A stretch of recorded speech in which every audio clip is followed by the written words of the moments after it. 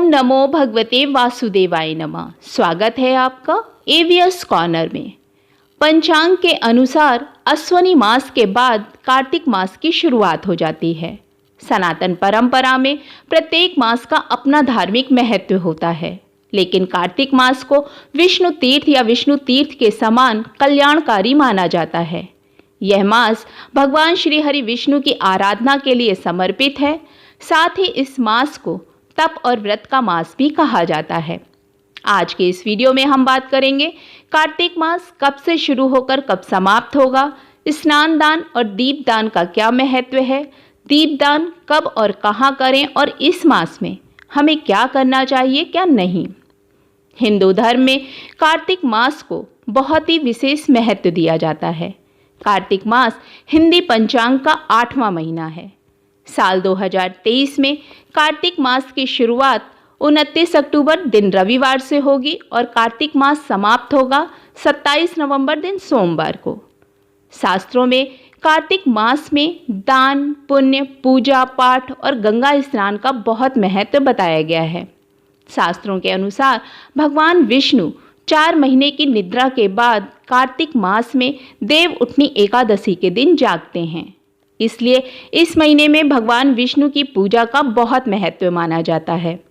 धर्म पुराणों के अनुसार कार्तिक के महीने में श्रीमद् भगवद गीता का पाठ करने से मनुष्य के सभी पाप दूर हो जाते हैं और उन्हें मोक्ष की प्राप्ति होती है। धर्मशास्त्रों में पूरे कार्तिक मास में व्रत व तप का विशेष महत्व बताया गया है। शास्त्रों के अनुसार जो मनुष्य कार्तिक मास में व्रत व तप करता है उसे मोक्ष की प्राप्ति होती है। स्कंद पुराण में कार्तिक मास के महत्व को बहुत ही विस्तार से बताया गया है। स्कंद पुराण के अनुसार कार्तिक के समान कोई महीना नहीं है और सतयुग के समान अब तक कोई युग नहीं। इतना ही नहीं, स्कंद पुराण में ये भी कहा गया है कि वेद के समान अब तक कोई शास्त्र नहीं और गंगा के समान कोई तीर्थ नहीं है। कहते हैं जो लोग कार्तिक मास में पूरे माह स्नान, दान, दीपदान, तुलसी विवाह, कार्तिक कथा का महात्मा आदि सुनते हैं, उन्हें अत्यंत शुभ फलों की प्राप्ति व उनके पापों का नाश हो जाता है। इस माह को रोगनाशक मास भी कहा जाता है। इस मास में किए गए पूजा पाठ पापों से मुक्त कराते हैं, साथ ही मुक्ति के मार्ग पर भी ले जाते हैं। कार्तिक मास में ब्रह्म मुहूर्त में किसी पवित्र नदी में स्नान करना श्रेष्ठ माना जाता है। स्नान करके सूर्य देवता एवं तुलसी के पौधे को जल चढ़ाया जाता है। श्रद्धालु गंगा व यमुना के तट पर सुबह सवेरे स्नान करते हैं। जो लोग नदियों में स्नान नहीं कर पाते वे घर में स्नान व पूजा पाठ करते हैं। कार्तिक मास में किए गए स्नान का फल 1 सहस्त्र बार किए गए गंगा स्नान 100 बार माघ स्नान के समान है।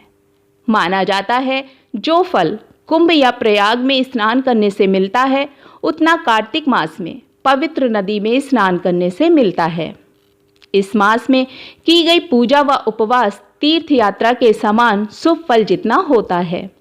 कार्तिक मास में दीपदान का बहुत महत्व है। इस पूरे मास में प्रतिदिन किसी पवित्र नदी, तीर्थ स्थल, मंदिर, आंवले के पेड़ के नीचे या फिर घर में रखी हुई तुलसी जी के पास दीपदान अवश्य करें।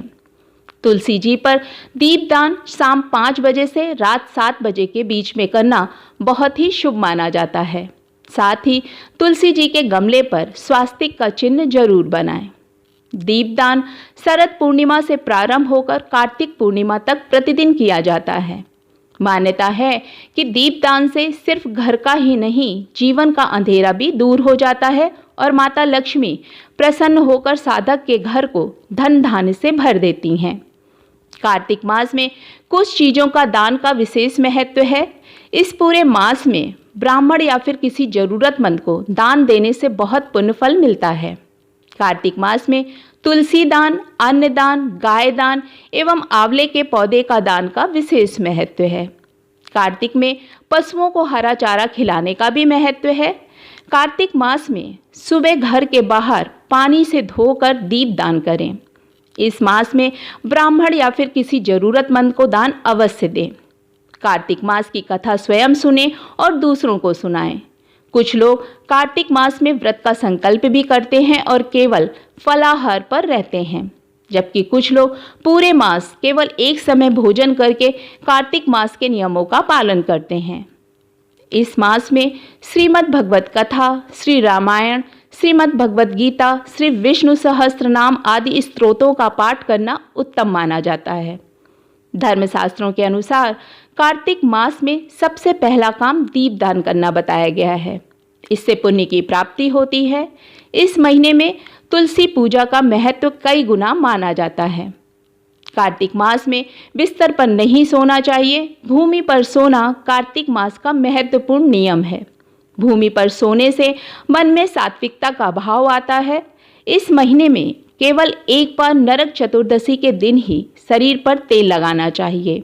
अन्य दिनों में तेल लगाना वर्जित है। कार्तिक के महीने में ब्रह्मचर्य का पालन अति आवश्यक है। कार्तिक के महीने में व्रत करने वालों को किसी की निंदा या विवाद ना करते हुए मन पर संयम रखना चाहिए।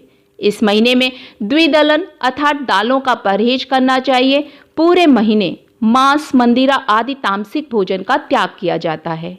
कई लोग प्याज, लहसुन, बैगन आदि का सेवन भी निषेध मानते हैं। इस मास में दूसरों की चुगली ना करें और झगड़े से बचें। आशा करती हूँ ये जानकारी आपको पसंद आई होगी और वीडियो में यहाँ तक साथ देने के लिए धन्यवाद।